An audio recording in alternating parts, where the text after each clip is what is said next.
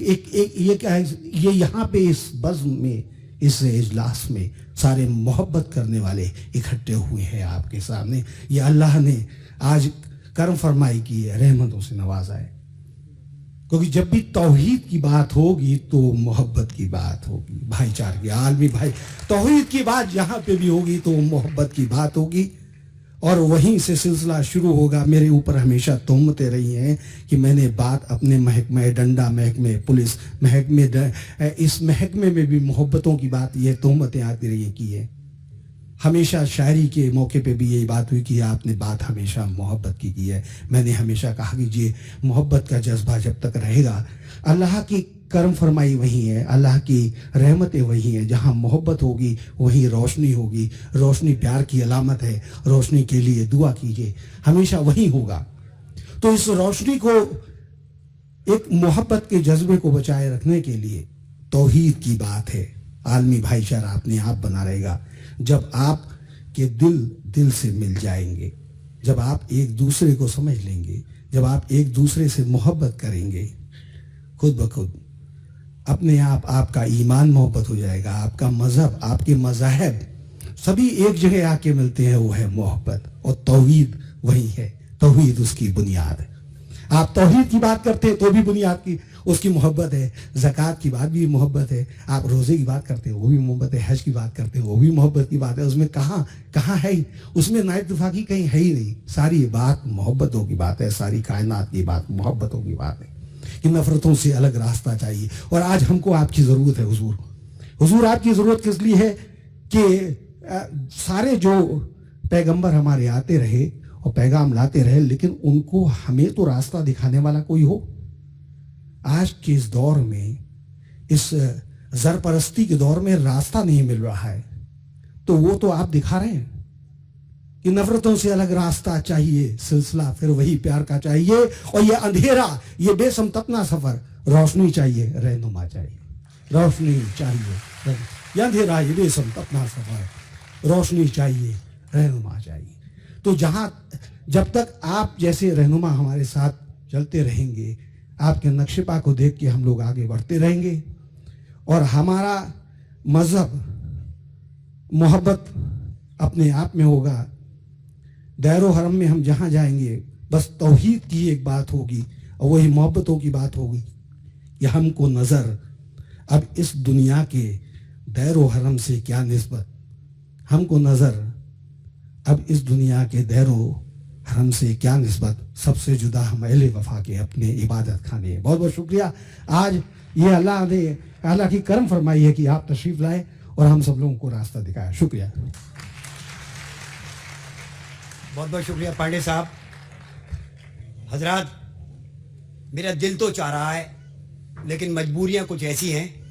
میں یہ ذکر کرتا ڈاکٹر علی جناب ذاکر صاحب کے سامنے کہ ہمارے پاس گردوارہ صاحب گرو کا تال سے اور سینئر ایڈوکیٹس کے ساتھ ساتھ ہمارے پاس آگرہ کے ججز وغیرہ سب تشریف فرمائے یہاں پر، لیکن فردن نام لینا نہ تو مناسب ہے اور نہ ہی اتنا وقت ہے. علی جناب ڈاکٹر صاحب، اس سے پہلے کہ یہ سوالات کا سلسلہ شروع ہو، اس سے پہلے میں آج کی اس محفل کے صدر جناب سید محمد صابر صاحب قاضی شہر آگرہ کو یہ زحمت دوں کہ وہ اپنے کلمات سے ہمارا حوصلہ افزائی کریں. بہت بہت شکریہ. میں اپنے پیروں کی تکلیف کی وجہ سے کھڑے ہونے سے معذور ہوں، اگرچہ کہ ادب کے خلاف ہے. میں بھی مائک پر آ کر کے ہی بات کہتا. ڈاکٹر صاحب نے آج ہماری امیدوں کو اس انداز میں پورا کیا. یہ مجمع بتا رہا ہے، اور جیسا کہ وکیل صاحب نے بتایا کہ باہر بھی اسی انداز میں لوگ ہیں. یہ ظاہر ہے شمع کی قیمت بتا رہے ہیں کہ پروانے کتنے ہیں. اور ڈاکٹر صاحب سے لوگ غائبانہ طور سے متعارف تو تھے ہی، اور بڑا ارمان تھا لوگوں کا کہ ڈاکٹر صاحب تشریف لائیں تو بالمشافہ ملاقات بھی ہو جائے، چہرہ بھی دیکھ لیا جائے. میں جناب ڈاکٹر ذاکر نائک صاحب کا تہہ دل سے شکر گزار ہوں. مذاہب کے تقابلی مطالعے میں خصوصاً اسلام اور ویدک دھرم میں آپ کا مطالعہ واقعی بہت وسیع ہے. آپ کے بیان سے حاضرین کو بہت قیمتی معلومات حاصل ہوئی ہیں، خصوصاً ان لوگوں کے لیے آپ کا بیان بہت مفید ہے جو حق کے متلاشی ہیں، جو ستیہ کی تلاش میں رہتے ہیں، حق کی تلاش میں رہتے ہیں. انہوں نے یقیناً بہت کچھ حاصل کیا ہوگا. آخر میں تمام شرکا حضرات کی خدمت میں نیک خواہشات پیش کرتا ہوں. بہت بہت شکریہ ڈاکٹر صاحب. میں اپنے آپ کو بالکل یہاں سے ہٹا رہا ہوں کونے میں، اور آپ کو اور ڈاکٹر صاحب کو روبرو سامنے کیے دیتا ہوں. سوالات کا سلسلہ جاری رکھیے گا.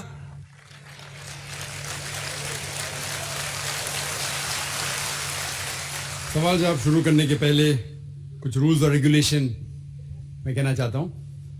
پہلا نام آپ کہنا، اس کے بعد آپ کا پیشہ، آپ کی مصروفیت کیا ہے. سوال کو مختصر سا رکھیے، ایک سوال کیجیے. اور ایک آخری درخواست کہ ہم ہمارے غیر مسلم دوستوں کو پہلا حق دیں گے پوچھنے کا. جب غیر مسلم دوست اور بھائی ہمارے سوالات ان کے ختم ہوں گے، پھر اگر موقع رہا تو مسلمانوں کو وقت دیا جائے گا. میری درخواست ہے کہ اگر کوئی غیر مسلم ہو بھائی اور بہن، وہ کوئی بھی سوال پوچھ سکتے. مسکنسیپشن اور اسلام کی غلط فہمیاں یا عالمی بھائی چارے پہ کوئی بھی سوال، اگر آپ کو کچھ اسلام کے بارے میں غلط بھی لگتا ہے تو بنا جھجک آپ پوچھ سکتے ہیں. مجھے کوئی اعتراض نہیں ہوگا. تو کوئی بھی سوال بنا جھجک، بنا کوئی تکلیف کے آپ پوچھ سکتے. میں آپ کو وعدہ دیتا ہوں کہ مجھے ذرا بھی برا نہیں لگے گا، اور میں کوشش کروں گا کہ آپ کے سوال کا جواب دوں. پہلے ہمیشہ خواتین کو وقت دیا جاتا ہے، پہلے خاتون کو دیا جائے گا اور پھر آپ کے پاس آئے گا انشاءاللہ. Yes sister, most welcome. Doctor Naik نمشکار. میں سدھا جین پاریوارک نیالے میں پریکٹس کر رہی ہوں. میرا ایک بہت ہی پریکٹیکل سوال ہے. ابھی آپ نے بتایا کہ ہم مہیلاؤں کے لیے، ہمارے مسلم دھرم میں ہم مہیلاؤں کو بہت 75% ہم سمان دیتے ہیں، ان کے ادھیکار ہیں، ان کے رائٹس ہیں. تو میرا ایک سوال یہ ہے جو کہ میں آئے دن دیکھتی ہوں کہ جو آپ کے جو مسلم دھرم کے انوسار جو طلاق کا جو سسٹم ہے، 3 بار طلاق دینے کے بعد اس پر جو عدت پیریڈ کا جو کیبل مینٹیننس ملتا ہے، اس کے بعد ایک ان پڑھ، ایک ایسی مہیلا جو اپنا سورس آف انکم اس کا کچھ بھی نہیں ہے، اس کو کس کے سہارے پر چھوڑ دیا جاتا ہے. ہمارا دھرم جو مسلم دھرم ہے اس میں کوئی ایسی ویوستھا کر دی جائے جس سے کہ ایسی مہیلاؤں کو جیون جو آسانی سے کٹ سکے. Thank you. بہن نے ایک بہت اچھا سوال پوچھا. انہوں نے یہ کہا کہ اسلام مذہب میں جب کسی کا طلاق ہوتا ہے تو بہت سے ان پڑھ خواتین جنہیں علم نہیں ہوتا، ان کو جینے کے لیے کچھ پیسہ نہیں ہوتا، تو کچھ ایسا مینٹیننس جس طریقے سے ہونا چاہیے کہ نہیں. جو اس کے مین وجہ ہے جو آج کے معاشرے میں یہ ہو رہا ہے وہ ہے کہ اسلام کا کم علم ہونے کی وجہ سے یہ چیز ہو رہی ہے. اگر ہر انسان اسلام مذہب کو صحیح طریقے سے سمجھ سکے تو میں یہ کہنا چاہتا ہوں کہ جو حقوق خواتین کے اسلام میں ہیں وہ کوئی بھی مذہب میں نہیں، کوئی بھی سوسائٹی میں نہیں ہے. پہلا چیز یہ کہ ہم دیکھتے ہیں کہ ہمارے ہندوستان کے کلچر میں عام طور پہ کسی کی شادی ہوتی ہے جب، تو اکثر عورت مرد کو دہیج دیتی ہے، اسے کہتے ہیں ڈاوری دیتی ہے عام طور پہ. اور اسلام میں الٹا ہے. اسلام میں اللہ تعالیٰ فرماتے سورہ نساء میں سورہ نمبر 4 آیت نمبر 4 میں کہ جب بھی آپ شادی کرو تو اپنی ہونے والے بیوی کو ایک گفٹ دو، تحفہ دو. ہم جسے کہتے ہیں مہر نکاح ہونے کے لیے فرض ہے. ہمارے اس دیش میں عام طور پہ الٹا ہوتا ہے کہ وہ عورت ہونے والے مرد کو دہیج دیتی ہے، اور مارکیٹ کے اوپر ڈیپینڈ ہوتا ہے. اگر وہ ڈاکٹر ہے تو مانگے گا 1 کروڑ روپیہ یا 10 لاکھ، ڈیپینڈ کون سے علاقے سے آتا ہے. انجینئر ہے تو 5 لاکھ، گریجویٹ ہے تو 1 لاکھ، جیسے بھیڑ بکریوں کا بکتے ہیں. اور افسوس کی بات ہے کئی مسلمان بھی اس کو عمل کرتے ہیں، بالکل غلط ہے. اسلام میں دہیج لینا عورت سے زبردستی بالکل حرام ہے. الٹا ہونے والے شوہر کو مہر دینا چاہیے اور اپنے برابر کا مہر دینا چاہیے. لیکن افسوس کی بات ہے کہ دہیج لینا چھوڑیے، اگر ہنٹ بھی دینا، دہیج کو ہنٹ دینا کہ میرا بیٹا مرسڈیز کار میں گھومنا چاہتا ہے، ہنٹ دے رہے کہ اس کو دہیج میں مرسڈیز کار چاہیے. میرے بیٹے کو 4 بیڈروم فلیٹ میں رہنے کی عادت ہے, انڈیکیشن ہنٹ دے رہے کہ مجھے دہیج میں 4 بیڈروم کا فلیٹ چاہیے. یہ بالکل اسلام میں حرام ہے. زبردستی مانگنا, اگر خوشی سے, اگر اس لڑکی کے والدین کچھ دینا چاہتے تو آپ لے سکتے خوشی سے, زبردستی آپ لے نہیں سکتے. نہ آپ اس کو ہنٹ دے سکتے کہ مجھے فلیٹ دو یا پیسہ دو. اسلام میں الٹا ہے. اسلام میں عورت کو مہر ملتا ہے شادی میں, اور مہر نکاح ہونے کے لیے فرض ہے. اور مہر یہ خود عورت بھی طے کر سکتی کہ میں تم سے شادی کروں گی جب تک آپ مجھے 1 لاکھ روپیہ نہیں دیں گے. وہ الگ بات ہے کہ وہ غریب شوہر ہے, غریب آدمی بولے گا 1 لاکھ نہیں ہے, آپ کوئی دوسرے مرد کو ڈھونڈو, میں دوسری لڑکی کو ڈھونڈوں گا, یہ بھی جائز ہے. تو وہ لڑکی دوسرے شوہر کو ڈھونڈیں گی, ٹھیک ہے نا. لیکن وہ کہہ سکتی مجھے 1 لاکھ چاہیے, 5 لاکھ چاہیے, 10 لاکھ چاہیے, کچھ بھی کہہ سکتی ہے. اگر شوہر کے پاس قوت ہے وہ دیں گا, نہیں قوت ہے تو نہیں دیں گا. اسی لیے عرب ممالک میں لڑکی لوگ اتنا ڈیمانڈ کرتے ہیں کہ ان کو عرب خواتین سے شادی کرنا مشکل پڑ جاتا ہے, کیونکہ وہ جانتے ہیں اپنے حقوق کو. سورہ نساء کی سورہ نمبر 4 آیت نمبر 20 کے آیت میں لکھا ہے کہ آپ انہیں سونے کا پہاڑ بھی دے سکتے ہیں مہر میں, اور آپ اسے ایک آیت بھی سکھا سکتے ہیں, وہ بھی مہر ہے. اگر آپ کے پاس پیسہ نہیں ہے اور وہ آدمی کہتا ہے کہ میرے پاس پیسہ نہیں, میں آپ کو قرآن شریف کی آیت پڑھ کے سناؤں گا, وہ بھی مہر ہو گیا. تو مہر کی کوئی حد نہیں ہے, نہ نیچی حد ہے نہ اوپر حد ہے. اپنے اپنے سٹیٹس کے اکارڈنگ وہ مہر طے کر سکتے. اور یہ مہر کی کئی وجہ ہے. ایک وجہ ہے کہ مثال کے طور پہ اس لڑکی کے والدین نے اس کی پرورش کی, اسے گریجویٹ بنایا, تعلیم کے اوپر خرچہ کیا, تو مہر ملنے کے بعد اس عورت کی وہ اپنی جائیداد ہو جاتی ہے. وہ چاہے اپنے والدین کو دے, چاہے خود رکھے, یا اس کو کوئی بزنس میں لگا دے, کوئی تجارت میں لگا دے, اس کا حق ہے. تو مہر اس کی خود کی جائیداد ہے, وہ کچھ بھی کر سکتی ہے. اور مہر کا کوئی فکسڈ اماؤنٹ نہیں ہے, چھوٹا بھی ہو سکتا ہے, بڑا بھی ہو سکتا ہے. اور اس کے علاوہ یہ مہر اگر خدا نہ کرے, اللہ نہ کرے, اگر طلاق ہوتا ہے, ڈیورس ہوتا ہے, تو یہ مہر اس کے کام آ سکتا ہے. لیکن لوگ کو غلط فہمی کہ مہر صرف طلاق کے لیے, ایسا نہیں بات ہے. وہ مہر لے کے خود کو بزنس میں لگا سکتی ہے, اپنے والدین کو دے سکتی ہے. اور جہاں تک کہ اس کا خود کا سوال ہے, اسلام کے اندر جتنے فائنینشیل ایسپیکٹ سے خرچہ اس کا, شادی کے پہلے ذمہ داری ہے اس کے والد کی اور اس کے بھائی کی, شادی کے بعد ذمہ داری اس کے شوہر کی اور اس کے بیٹے کی. All financial aspect, lodging, boarding, clothing, کھانا پینا, کپڑا, سب اس کو کمانے کی ضرورت نہیں. یہ حق ہے مرد کو دینے کا. تو financially she is more strong, she is very strong financially. جہاں تک کہ مالی حالات میں اسلام میں عورت کا درجہ بہت اونچا ہے. جہاں تک کہ بہن نے سوال پوچھا کہ طلاق ہونے کے ٹائم پہ اسے مینٹیننس کیوں نہیں ملتا, بہت اہم سوال ہے. پہلے ہم یہ جان لے کہ جب اللہ سبحانہ و تعالی خواتین کو اتنے حقوق دیے, حقوق دینے کے باوجود اللہ سبحانہ و تعالی عدل کرتے ہیں, جسٹ ہے. کیونکہ جب بھی طلاق ہوتا ہے, جب بھی طلاق ہوتا ہے, گھاٹے میں جاتا ہے مرد اسلام میں زیادہ. کیونکہ جب طلاق ہوتا ہے اسے اگر وہ مہر نہیں دیا ہوگا, دینا فرض ہو جاتا ہے. بھلے وہ مہر 50,000 ہو, 1 لاکھ ہو, 5 لاکھ ہو, 10 لاکھ ہو, وہ اسے طے کرنا چاہیے. جب مہر دیتا ہے تو عورت کا نقصان کچھ نہیں ہوتا. اور طلاق ہونے کے بعد آدمی بھی شادی کر سکتا ہے, عورت بھی شادی کر سکتی. جب طلاق ہو جاتا ہے اسے مہر تو مل جاتا ہے, جب نئی شادی کرتی ہے نیا مہر ملتا ہے. آپ سوچئے, آدمی جب نیا شادی کرتا ہے اس کو نیا مہر دینے پڑتا ہے, تو آدمی نقصان میں ہے. اگر آپ یہ کہیں گے کہ طلاق ہونے کے بعد آدمی مینٹیننس بھی عورت کو دے, تو ہم کہیں گے یہ اللہ سبحانہ و تعالی حق کے نہیں ہے. نعوذ باللہ, ایسا کر نہیں سکتے. نہیں تو مجھے لیکچر دینے پڑیں گا آدمی کے حقوق اسلام میں. میں اکثر تقریر کرتا ہوں عورتوں کے حقوق. لیکن جو لوگ اسلام کی بنیادی بات کو نہیں سمجھتے, انہیں یہ غلط فہمی ہے کہ عورت کا نقصان ہو رہا ہے. عورت کا نقصان نہیں ہو رہا ہے. اور عورت کو کچھ بھی اگر چیز کی ضرورت ہے, جیسے میں نے کہا, آدمی کا حق بنتا ہے کہ اسے دے.